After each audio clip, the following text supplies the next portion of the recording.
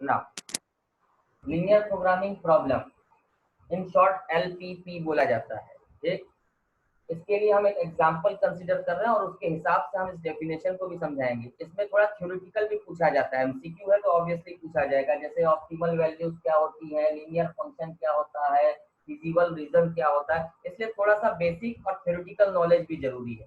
Suppose करो for an example, a furniture dealer है। ठीक, अ फर्नीचर डीलर डील्स करता है, deal only in table and chair. अगर न क्लियर हो रहा हो ना, थोड़ा नोट भी करना, हम रीड कर रहे हैं नोट भी करते चले जाना, इन शॉर्ट ही नोट करना, शॉर्ट में ही हम भी बता रहे हैं, ताकि कम से कम क्वेश्चन बड़ा है तो समझ में आए कि क्या क्या है। तो डीलर एक फर्नीचर डीलर है जो डील करता है टेबल में और चेयर में, उसका काम है यही सब चीज करना। ठीक है ना, उसके पास 5,000 रुपया है इन्वेस्टमेंट के लिए।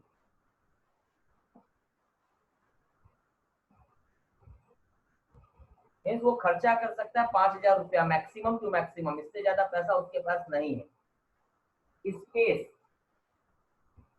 टू स्टोर आइटम, मतलब टेबल और चेयर जो वो जिसमें वो डील कर रहा है उसको स्टोर करने के लिए जो उसके पास जगह है, वो आइटम 60 आइटम्स को स्टोर करने की जगह है। क्लियर हो रही है बातें? एक फर्नीचर डीलर है जिसका काम है टेबल और चेयर में डील करना, उसके पास 5,000 रुपया खर्चा करने के लिए, उसके पास जो जगह है जहाँ पे वो टेबल और चेयर स्टोर कर सकता है वो 60 items maximum to maximum store कर सकता है। एक टेबल की cost, cost of one table जो है और वन चेयर, टेबल की कॉस्ट उसको लग रही है अराउंड 250 रुपीज पर चेयर,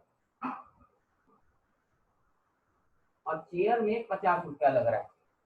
एक टेबल को कंस्ट्रक्ट करने के लिए 250 रुपीज लग रहा है और एक चेयर को कंस्ट्रक्ट करने के लिए 50 रुपीज लग रहा है। क्लियर रखना, जो चीजें डाउट हो पूछना, ये सारी चीज क्वेश्चन के अंदर है। प्रॉफिट, इसीलिए अगर क्वेश्चन बड़ा है, अगर ना ब्लड थोड़ा दिख रहा हो तो थोड़ा नोट करते जाना अपने अपने तरीके से, ठीक है ना, शॉर्ट में। अगर मान लो उसको सेल करने पर प्रॉफिट जो हो रहा है वो पर चेयर, प्रॉफिट टेबल पे, sorry, profit on one table 50 रुपए का एक टेबल पे हो रहा है, और एक चेयर को सोल्ड करने पर उसको 15 रुपीज का प्रॉफिट हो रहा है।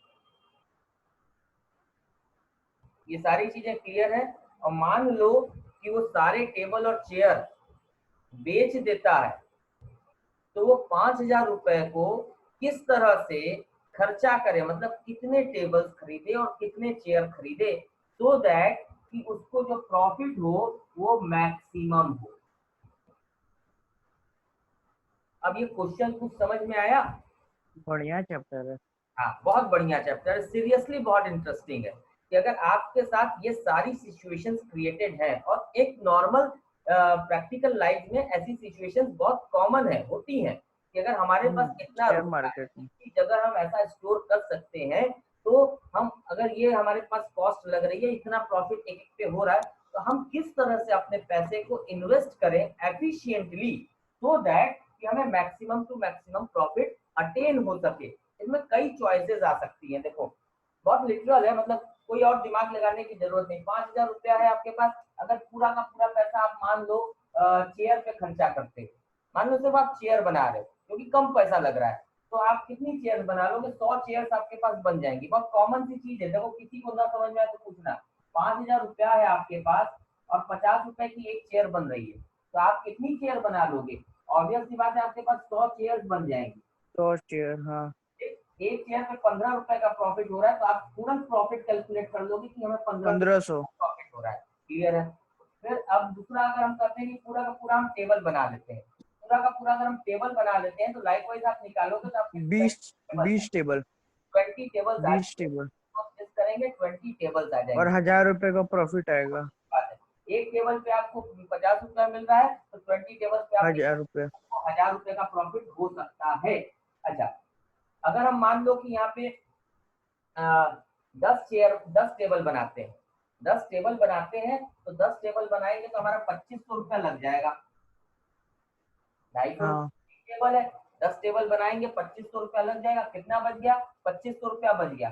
अब ये 2500 रुपए में हम कितनी चेयर बना सकते हैं? हमने कितना बनाया? 10 टेबल अभी बना लिए यहाँ। हाँ अब हमारे पास 2500 रुपया बचा है, ये 2500 रुपए से हम चेयर बना रहे हैं। 500। है 500? क्या दिमाग है भाई? 50 50 50 50। ठीक है ना? तो इससे आपकी 50 शेयर बनी। अब देखो ये आपके पास सिचुएशन आई। अब अगर ये 10 टेबल को बेचेंगे तो हमको कितना प्रॉफिट हुआ? 500 रुपए का प्रॉफिट टेबल पे हुआ। और शेयर को अगर हम हाँ 15 रुपए के हिसाब से हमको यहाँ 750 का प्रॉफिट। 750। हाँ, तो अब हमारा टोटल प्रॉफिट हो गया 1250। 1250। ऐसी कितनी सिचुएशंस आ सकती है भाई? Too many situations are there, और हर बार आपका प्रॉफिट अलग अलग आएगा। तो एक प्रैक्टिकल सिचुएशन जब होती है तो ये वेरी डिफिकल्ट पोजीशन होती है कि हम आइडेंटिफाई कर पाएंगे हम कितना खर्चा किस पे करें, क्योंकि हम नहीं असरटेन कर पाएंगे। ऐसे तो कई सिचुएशंस आएंगी, किसी में ज्यादा आएगा, किसी में कम आएगा। अच्छा, खर्चा भी हमको देखना है कि 5 ही हजार होना चाहिए। ये सारी सिचुएशन को जब हम कंटेन करते हैं तो हम पजल्ड हो जाते हैं। ऐसे प्रॉब्लम्स को, अपना थोड़ा साइड कर दीजिए। हाँ, ऐसे प्रॉब्लम्स को जो है हम लोग ऑप्टिमाइजेशन प्रॉब्लम्स का नाम देते हैं। क्या प्रॉब्लम्स का नाम हुआ? ये प्रॉब्लम जो हो गए ये ऑप्टिमाइजेशन प्रॉब्लम्स कहे जाते हैं आपके। ठीक है, इसी को लीनियर प्रोग्रामिंग प्रॉब्लम भी कहा जाता है। कुछ टर्म्स होते हैं जो इस डेफिनेशन के हिसाब से अब हम इस प्रॉब्लम को आपको एक्सप्लेन करने की कोशिश करेंगे। और LPP, that is a linear programming problem, this is a type of situation based problem, जिसको प्रोग्रामिंग कहा जाता है, प्लान कहा जाता है। तो इस प्रोग्रामिंग प्रॉब्लम का लीनियर प्रोग्रामिंग प्रॉब्लम क्यों लीनियर कहा गया वो भी अभी हम लोग डिस्कस करेंगे। इस वन ऐसी है that is concern with finding the optimal value. ऐसी सिचुएशंस, ऐसे केसेस, स्टडी केसेस जिसको सॉल्व करने पर हमें एक ऑप्टिमल वैल्यू चाहिए, या तो मैक्सिमम या तो minimum. In case of this ये मैक्सिमम हमें प्रॉफिट माइंड करना था। अगर कॉस्ट को कहीं पे, मीन्स अगर आपको सपोज करो कि एक बिल्डिंग कंस्ट्रक्ट करनी है जिसमें आपको वॉल्स पे खर्चा इतना लग रहा है, फ्लोर पे इतना खर्चा लग रहा है, टाइल्स पे इतना खर्चा लग रहा है, पेंटिंग पे वॉल्स पे इतना खर्चा लग रहा है, आप किस तरह से अपने लिमिटेड अमाउंट ऑफ मनी को खर्चा करो कि आपकी कॉस्ट मिनिमम टू मिनिमम हो। This is also a type of optimal problem, जहाँ पे आपको सारी कंडीशन बाकी दी होंगी। तो ऐसे जो क्वेश्चंस होते हैं जिसमें optimal value, that means it may be a maximum और मिनिमम वैल्यू फाइंड करनी हो ऑफ अ लीनियर फंक्शन। किस तरह के फंक्शन का? दैट इज ऑब्जेक्टिव फंक्शंस होते हैं। ऑब्जेक्टिव फंक्शंस क्या होते हैं? जैसे अब यहाँ पे अगर आप देखो तो हमारा ऑब्जेक्टिव क्या है कि हमारा ऑब्जेक्टिव है मैक्सिमम प्रॉफिट को फाइंड करना। Let this objective function be denoted like this, that where you have to find the maximum value of profit. What a profit? Suppose करो कि अगर वो x टेबल बना रहा है और y शेयर है, ठीक? तो x टेबल बेचने पर उसको कितना प्रॉफिट होगा? 50x। ये समझ में आया? एक टेबल पे 50 रुपया, तो x टेबल पे 50x। एक शेयर बेचने पर उसको 15 रुपया मिल रहा है, y शेयर बेचेगा तो 15y मिलेगा।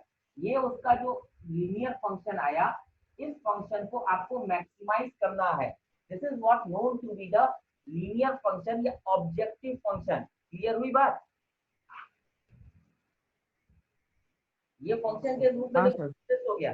ये ध्यान देने वाली बात है कि ये फंक्शन में आ गया। ये जो प्रॉब्लम थी अब देखो एक्स वाई में कन्वर्ट होती चली जा रही है।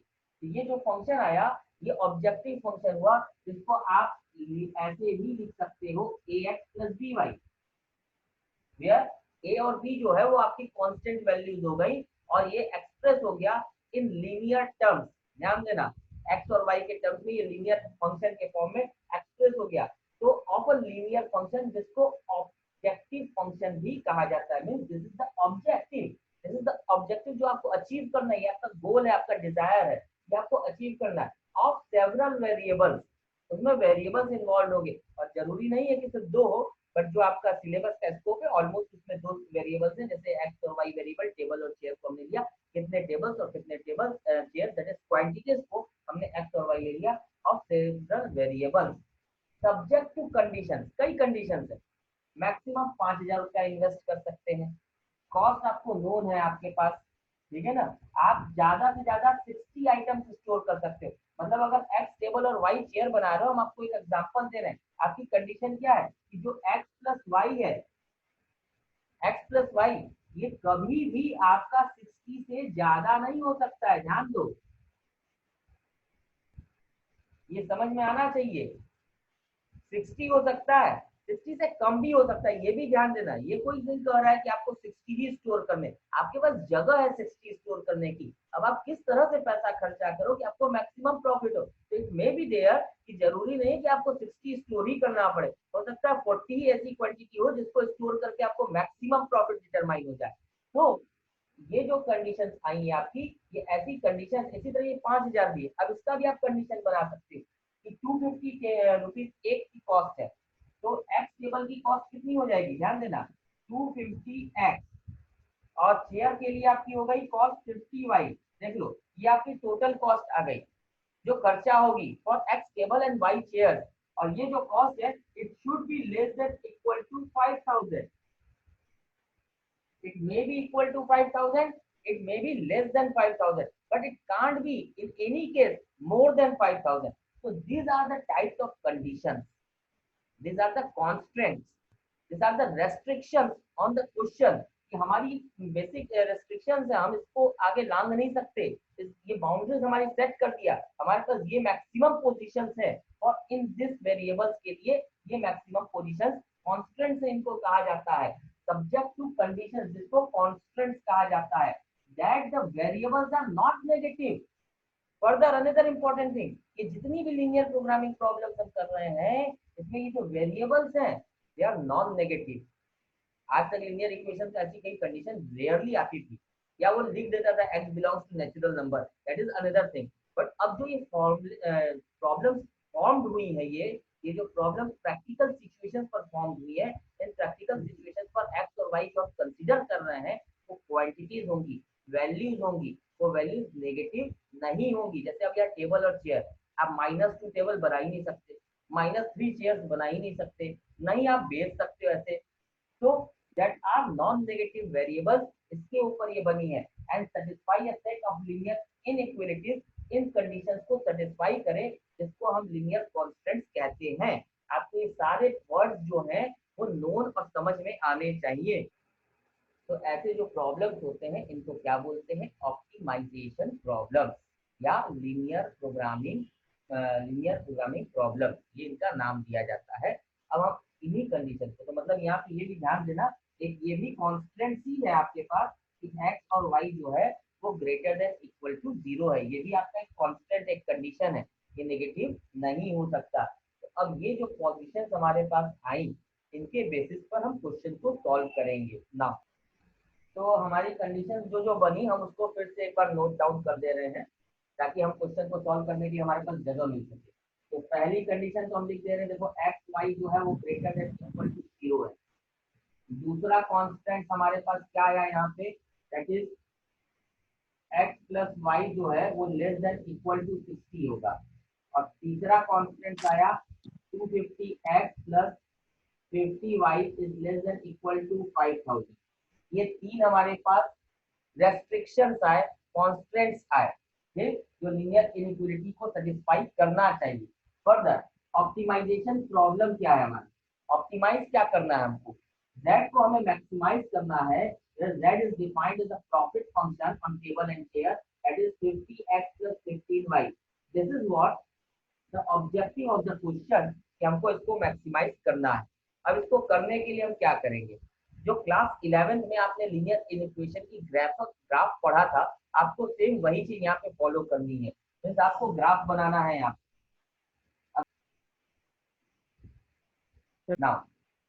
अब ये आपके पास ग्राफ आएगा, अब इस ग्राफ के हिसाब से आपको इक्वेशन को फॉलो करना है। ये तीन इक्वेशन हैं जिनको आपको प्लॉट करना है, जिसमें ये पहला वाला x is greater than equal to 0।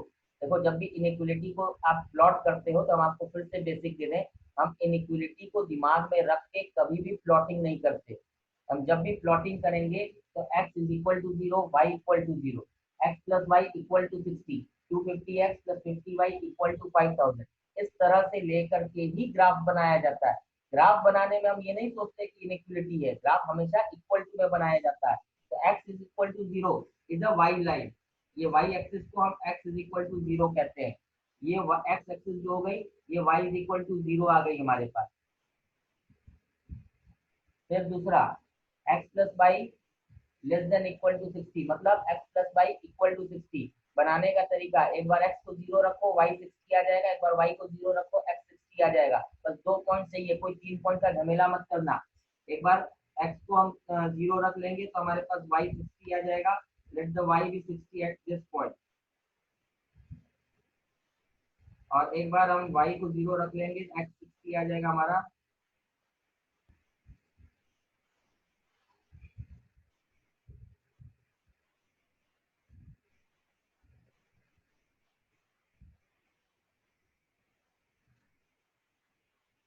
पहली चीज। अच्छा, एक अभी हमने एक ही लाइन बनाई है, हम एक चीज और बता दें। जब भी हम इनइक्वालिटीज प्लॉट करते थे, तो इनइक्वालिटीज में जब भी इक्वेशन हम लाइन की बनाते थे, तो ये ध्यान रखिएगा कि एक लाइन जो है, अगर वो इनइक्वालिटी के कारण बनी हुई है, तो वो लाइन जो है दो रीजन आपको प्रोवाइड कर रही है, पूरे ग्राफ का दो हिस्सा कर रही है। ये लाइन इस पूरे ग्राफ को दो हिस्सों में बांट दी। अब इसका आंसर दो ही हो सकता है, या तो ये आंसर इधर होगा या आंसर इधर होगा। ये चीज ध्यान देना। जब इनइक्वालिटी के लिए कोई लाइन बनाई जाती है, तो आंसर एक पॉइंट नहीं होता है, या एक या दो पॉइंट नहीं होते हैं, इनफिनाइट पॉइंट्स आर देयर। तो वो इनफिनाइट पॉइंट्स कैसे निकलेंगे? इस लाइन के इधर होगा या इस लाइन के इधर होगा। यही हमको ये इनइक्वालिटी जब हम सॉल्व करेंगे तो हमको बताएगी ये जो इसका आंसर है वो लाइन के इधर वाला है या इधर वाला है। दैट मीन्स एक लाइन पूरे ग्राफ को during the inequality half part पे डिवाइड करती है। ध्यान देना, हाफ पार्ट का मतलब एग्जैक्टली इक्वल मत मानना, मतलब दो पार्ट में डिवाइड करती है। एक बड़ा है छोटा उससे नहीं मतलब है, एक इधर हो गया एक इधर हो गया। अब जब हम दूसरी लाइन बना रहे हैं 250x प्लस 50y, देखो कैसे बना रहे हैं। आप चाहो तो पहले तो इसको छोटा कर दो, 50 से डिवाइड कर देंगे, क्या जाएगा 5x प्लस वाई, ये आ जाएगा इधर कितना 50 100, ये आ गया। x को 0 रखेंगे तो y 100 आ जाएगा, ये आ गया। और y को 0 रखेंगे तो x 20 आ जाएगा। हमने बहुत फास्ट फास्ट बना दिया। ठीक,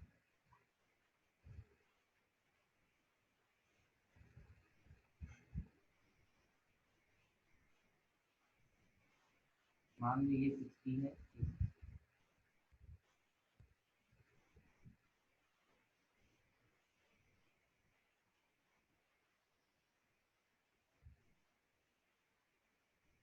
ये हो गया 0,100 और ये हो गया 20।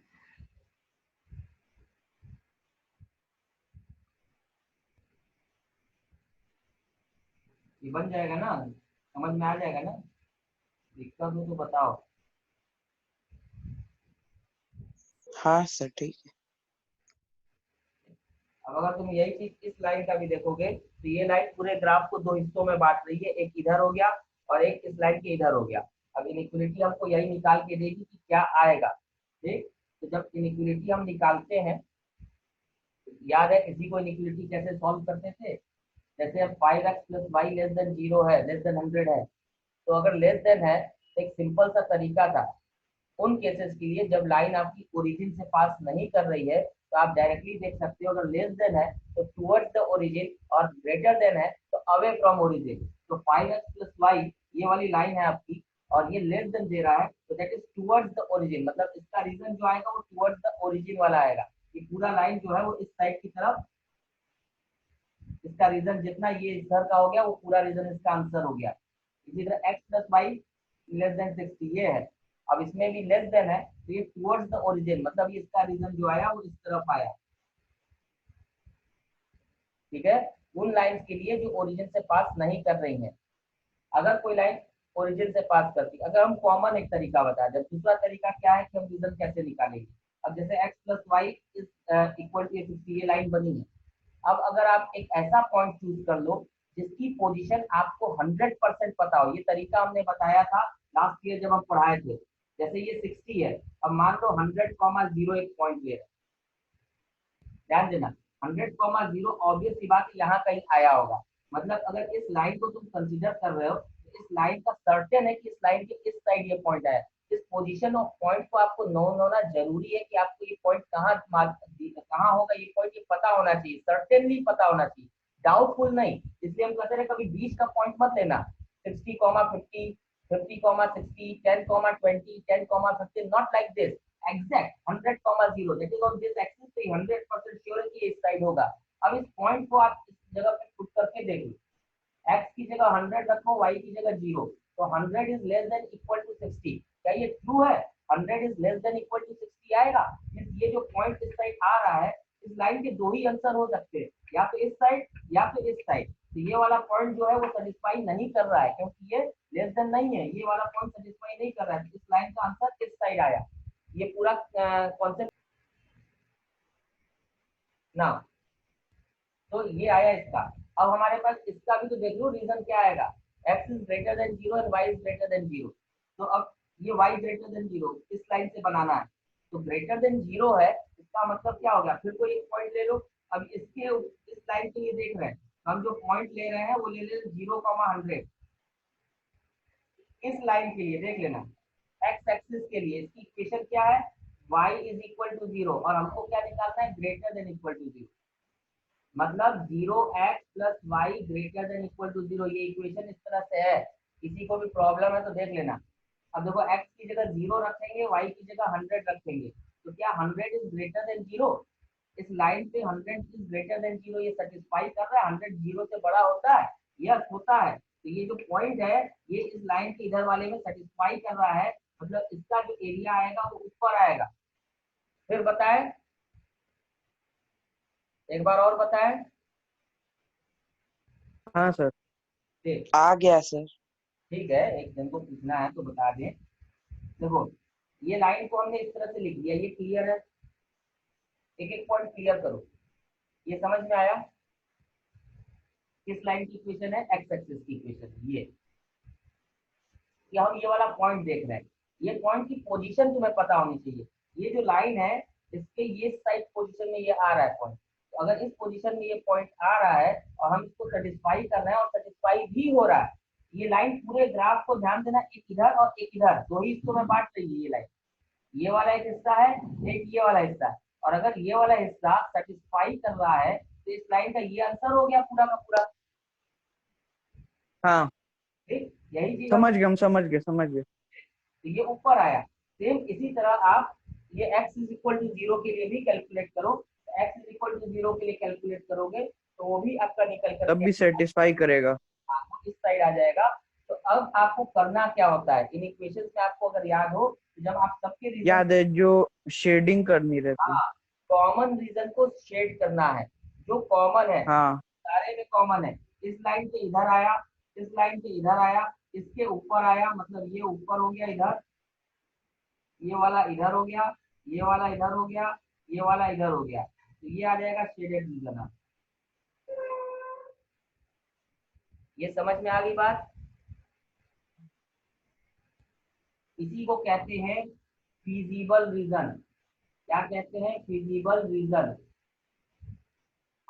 फिजिबल रीजन ऐसा रीजन होता है that is the set of solution, इसके अंदर कोई भी पॉइंट, एनी पॉइंट, चाहे इस लाइन के ऊपर का पॉइंट ले लो जो इसके बाउंड्रीदार है, ध्यान देना, अगर दिख ना रहा हो तो बोलना, ये आ गया, ये देखो ये बाउंड्रीज ले लो, या इसके बीच का ये जितना रीजन शेड हुआ इसके बीच का कोई भी पॉइंट उठा लो, सारे पॉइंट आपकी सारे कंडीशन को सेटिस्फाई करेंगे और आपको प्रॉफिट प्रोवाइड करेंगे। ये वो पॉइंट्स हैं जो इन कंडीशन को सेटिस्फाई करते हुए प्रॉफिट्स निकाल रहे हैं। जैसे 2-3 प्रॉफिट्स हमने कैलकुलेट किए थे, अगर आपको याद हो तो, हमें याद नहीं है, एक शायद 1000 रुपए का प्रॉफिट आया, एक 1500 का आया था, एक 1200 की कुछ ऐसी, हाँ 1250 एक प्रॉफिट आया था। ये सारे के सारे प्रॉफिट जो आए थे, 1000 आया था, एक 1500 आया था, एक 1250 आया था, 3 प्रॉफिट निकाले थे। आएंगे वो सब के सब इस लाइन से, मतलब अगर इसको आप अलग से बनाओ, ये ये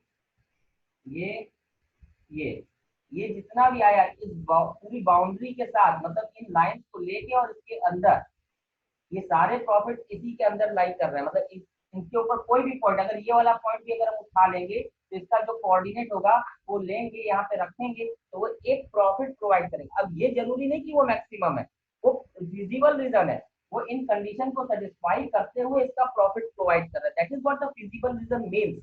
ये मतलब नहीं हुआ फिजिबल रीजन का कि वो मैक्सिमम है, वो सिर्फ ये बता रहा है कि इसके ऊपर, इस लाइन के ऊपर जितने भी पॉइंट है, इसके बीच में जितने भी पॉइंट्स है, आप इसमें से कोई भी पॉइंट रखो। कितने पॉइंट्स हो सकते हैं? इनफिनाइट पॉइंट्स हो सकते हैं। इसमें से कोई भी आप कोऑर्डिनेट उठाओ तो वो इस रीजन को सेटिस्फाई करेगा, इस कंडीशन को, और इसके हिसाब से एक प्रॉफिट आपको प्रोवाइड करेगा। There are infinite such points are possible. Now हमको उसमें से एक ही पॉइंट चाहिए, एक या दो, कभी कभी दो या तीन भी आते हैं जिसमें मैक्सिमम या मिनिमम हो सकता है।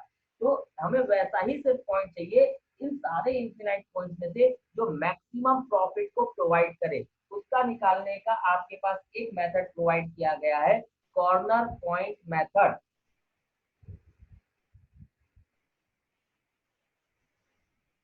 तो ये कॉर्नर हुआ, देखो एक कॉर्नर ये आया, एक कॉर्नर ये आया, एक कॉर्नर ये आया, एक कॉर्नर ये आया। क्लियर है कॉर्नर का मतलब? हाँ सर। हाँ सर। हमें इन सारे कॉर्नर के कोऑर्डिनेट चाहिए।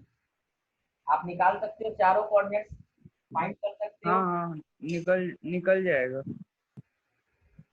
ये वाला पता है, ये वाला पता है, ये वाला पता है हमको, ये तीन कोऑर्डिनेट हमको पता है। जैसे ये हो गया 0 0, ये हो गया 20,0, ये वाला हो गया 0,60। ये वाला कोऑर्डिनेट कैसे निकलेगा, कोई आइडिया?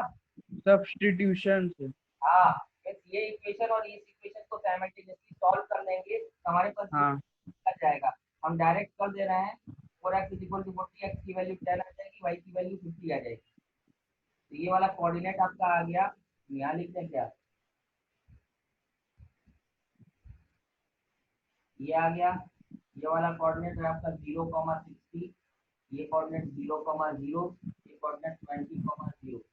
ये आपके पास चार पॉसिबिलिटीज आई कोऑर्डिनेट्स की। इन चारों पॉसिबिलिटी को वन बाय वन आप जेड में पुट करो, एक्स और वाई की जगह। जो सबसे बड़ा आया वो आपका मैक्सिमम प्रॉफिट है।